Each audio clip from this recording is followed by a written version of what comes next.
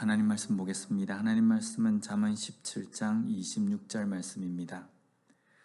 의인을 벌하는 것과 귀인을 정직하다고 때리는 것은 선하지 못하니라. 아멘. 오늘 본문에는 의인과 귀인을 대하는 태도에 대해서 말씀하고 있습니다. 먼저 첫 번째, 의인을 벌하는 것입니다. 여기에 의인이라는 이 단어는 법정에서 죄가 없다, 무죄다라고 판결난 사람을 의미합니다. 그런데 이 의인을 벌한답니다. 이것은 이미 법정에서 무죄라고 판결났음에도 불구하고 그 사람에게 어떤 징벌을 가하는 것을 의미합니다.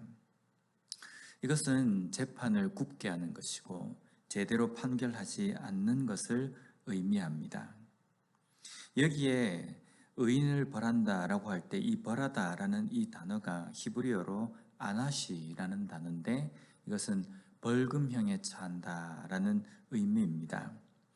단순하게 의인에 대해서 법정에서 무죄라고 판결했음에도 불구하고 그 사람을 향해서 죄인이다라고 말하는 것 그 차원을 넘어서서 법정에서 의인이라고 판결난 사람을 다시 법적 효력을 넣어서 그 사람에게 다른 징벌을 가하는 것을 의미합니다. 그러니까 지금 재판을 정확하게 해야 함에도 불구하고 의인을 죄인으로 바꾸고 또 그 사람에게 그 죄에 대한 대가를 치르게 한다라는 의미입니다. 분명히 재판 그리고 재판장은 정확한 기준에 따라서 시시비비를 가려야 합니다. 그런데 그 사람이 그 시시비비를 제대로 가리지 않고 판결을 굽게 하는 것입니다. 왜 이렇게 판결을 굽게 하는 이 행위, 이러한 행동들이 나오게 되는 것입니까? 우리가 17장 23절에도 보면 악인은 사람의 품에서 뇌물을 받고 재판을 굽게 하느니라 라는 말씀에서도 보면 뇌물 때문에 판결을 굽게 합니다. 때로는 나하고 친하기 때문에 판결을 굽게 할 수도 있고요. 평소 때 내가 미워하는 사람이기 때문에 판결을 굽게 할 수도 있다는 겁니다. 그런데 분명히 판결은 나하고 친하다고 내가 미워하는 사람이기 때문에 나에게 뇌물을 주었기 때문에 아니면 이 사람은 불쌍하기 때문에 그런 이유 때문에 판결의 결정이 왔다 갔다 하면 이것은 분명히 잘못된 일입니다. 더욱이 이스라엘 백성들에게 이 판결이라는 것은 하나님의 말씀의 기준에 따라서 판결하는 것이기 때문에 이 판결을 굽게 한다는 것은 하나님의 말씀을 거역하는 것과 마찬가지라는 겁니다. 하나님의 말씀이 최우선에 서서 그 말씀대로 판결해야 하는데 뇌물을 받고 판결한다는 것은요, 하나님의 말씀보다 물질이 더 우위에 있다라는 의미가 된다는 겁니다. 판결은 다른 사람에게도 이렇게 적용이 되지만요, 나에게도 적용이 되어야 합니다. 내가 나 자신을 판결을 할 때에 보면 남이 했기 때문에 잘못된 것이고 내가 한 것은 어느 정도 이게 정상 참작이 된다, 이렇게 판결해서도 안 된다는 겁니다. 다른 사람들에게 정확한 판결의 잣대를 대었다고 한다면 나 자신의 행동과 나 자신의 삶에서도 정확한 그러한 잣대로서 판결해야 된다는 겁니다. 만약에 나 자신에 대해서 나의 삶에 대해서도 관대하고 너그럽다고 한다면요, 내 삶을 바라보는 것도 하나님의 말씀을 왜곡되이 적용하고 그것을 적용하는 것과 마찬가지라는 겁니다. 또한 나 자신에 대해서 의인을 벌하는 것과 같은 행동이 있습니다. 바로 나를 정죄하는 것입니다. 로마서 8장 33절 34절 말씀해 보면요, 누가 능히 하나님께서 택하신 자들을 고발하리요, 의롭다 하신 이는 하나님이시니 누가 정죄하리요. 죽으실 뿐 아니라 다시 살아나신 이는 그리스도 예수시니 그는 하나님 우편에 계신 자요 우리를 위하여 간구하시는 자신이라. 아멘. 우리가 우리 자신에 대해서 관대한 것도 문제지만요, 우리가 우리 자신에 대해서 지속적으로 정죄하는 것도 문제라는 겁니다. 우리가 우리 자신을 정죄한다는 것은 어떤 것입니까? 분명히 하나님의 말씀에 그 누구도 이제는 더 이상 우리를 정죄하지 못한다. 왜냐하면 예수 그리스도를 통해서 우리의 죄의 문제를 해결해 주시고 우리를 구원해 주셨기 때문에 이 구원의 사실에 대해서는 그 어느 누구도 어떤 상황도 우리를 정죄할 수 없다라고 분명히 말씀에서 선포하고 있음에도 불구하고 우리는 우리의 마음속에 그런 생각이 듭니다. 어떻게 나 같은 것이 내가 이래봤자 하나님이 별로 좋아하시지 않을 것이다. 내가 아무리 용을 쓰고 내가 아무리 힘을 쓴다 할지라도 하나님은 나를 사랑하시지 않을 것이다.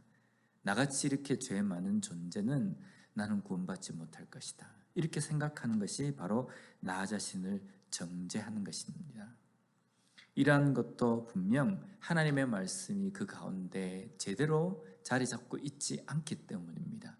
하나님의 말씀에는 분명히 예수 그리스도를 통해서 구원받은 우리는 의롭다라고 칭함을 받은 존재들이기 때문에 더 이상 우리는 그 죄의 문제에 대해서 우리를 정죄할 것은 존재하지 않는다라고 선포하셨음에도 불구하고 그 말씀을 믿지 못하는 것이 되기 때문이라는 겁니다. 다음으로 오늘 본문 후반부에 보면요, 귀인을 정직하다고 때리는 것은 선하지 못하니라 라고 말씀합니다. 여기에 귀인은 높은 사람, 고상한 사람이라는 의미인데 이것은 앞에 나와 있는 의인과 같은 맥락의 단어입니다. 그 귀인이 정직하다고 때리는 것, 이것은 어떤 의미냐면요, 귀인의 삶이 좌로나 우로나 치우치지 않고 거룩한 길을 걸어가는 것, 그것을 보면서 너만 거룩하냐? 너만 예수 믿느냐? 라고 하면서 그 사람을 박해하고 때로는 그 사람에 대해서 어떤 외부적인 힘을 가하는 것을 의미합니다. 우리가 이 세상을 살아갈 때 믿음으로 이 땅의 삶을 살아간다라고 우리가 고백을 합니다. 그리고 하나님의 말씀대로 살아가기 위해서 나 자신을 쳐서 하나님의 말씀 앞에 복종시키고 또 세상적인 것들을 바라보면서 내 마음속에 죄된 본성으로 인하여서 그것을 좋아하고 또 그것을 쫓으려는 것들도 내 속에서 끊어버리기 위해서 기도하며 힘쓰면서 살아갑니다. 그런데 그 모습을 바라보는 세상 사람들이 우리를 보면서 비웃기도 한다는 겁니다. 저게 저러다가 좀 있으면 똑같이 우리와 똑같이 될 것이다. 어떤 사람은요, 같은 신앙생활을 하고 있는 지체들 가운데서도 그런 말을 하는 사람이 있습니다. 참 별나게 믿는다. 이런 이야기를 듣지 않습니까? 그런 이야기를 들으면요, 우리의 마음속에 그런 생각이 들지 않습니까? 내가 하나님의 말씀대로 선하게 살아가면 분명히 내 삶에 여러 가지 힘든 문제나 어려운 문제들을 잘 이겨나갈 수 있을 거라고 생각했는데 가까운 사람들로부터 내 옆에 있는 사람들로부터 그런 이야기를 들을 때 보면요, 내가 하나님의 말씀대로 거룩하게 살아가는 삶, 그것에 대해서 회의를 느낄 때가 있다는 겁니다. 그런데 그는 분명한 것입니다. 분명히 이것은 예수님께서 예수님의 제자들에게 세상이 너희를 미워할 것이다 라고 말씀하셨습니다. 그리고 갈라디아서 6장 9절 말씀에 보면요, 우리가 선을 행하되 낙심하지 말지니 포기하지 아니하면 때가 이름에 거두리라 라고 말씀합니다. 여기에 선을 행한다라는 것은 의인으로서 귀인으로서 하나님의 백성으로서 예수 그리스도의 제자로서 바른 길을 걸어가는 것을 의미합니다. 그 길을 걸어갈 때에 낙심하지 말라라고 말씀하신 이유는요, 낙심할 이유들이 너무나도 많이 우리 주위에 있기 때문이라는 겁니다. 그냥 이것을 포기하고 싶을 때도 많이 생긴다는 겁니다. 그렇지만 우리가 선을 행하고 거룩한 삶을 살아갈 때 반드시 수반되어야 될 것은요, 인내입니다. 낙심하지 않고 그것을 끝까지 그 길을 걸어가기 위해서, 정직한 길을 걸어가기 위하여서 힘쓰고 참고 견디는 것이 수반되어야 된다는 겁니다. 오늘 하루 우리에게 주어진 이 하루의 삶을 살아갈 때 우리가 서 있어야 할 자리는 의인의 자리, 귀인의 자리입니다. 의인의 자리, 귀인의 자리에 서서 하나님의 말씀대로 하나님의 말씀을 우선순위에 두고 살아갈 때 보면 주변의 여러 가지 소리들로 인하여서 우리가 이 선을 행하며 하나님의 백성으로 살아가는 것에 대해서 회의를 느끼고 낙심하려고 하는 그러한 일들이 많이 우리를 공격합니다. 그럴 때 우리는 생각해야 합니다. 내가 선한 길을 걸어가는 것, 거룩한 길을 걸어가는 것에 반드시 수반되어야 될 것은 인내라는 것. 오늘도 참고 견디면서 하나님께서 말씀하셨기 때문에 그 길 위에서 어떠한 상황이 된다 할지라도 그것 때문에 흔들리지 않고 여전히 의인과 귀인의 자리에 서는 우리 모두가 되었으면 좋겠습니다.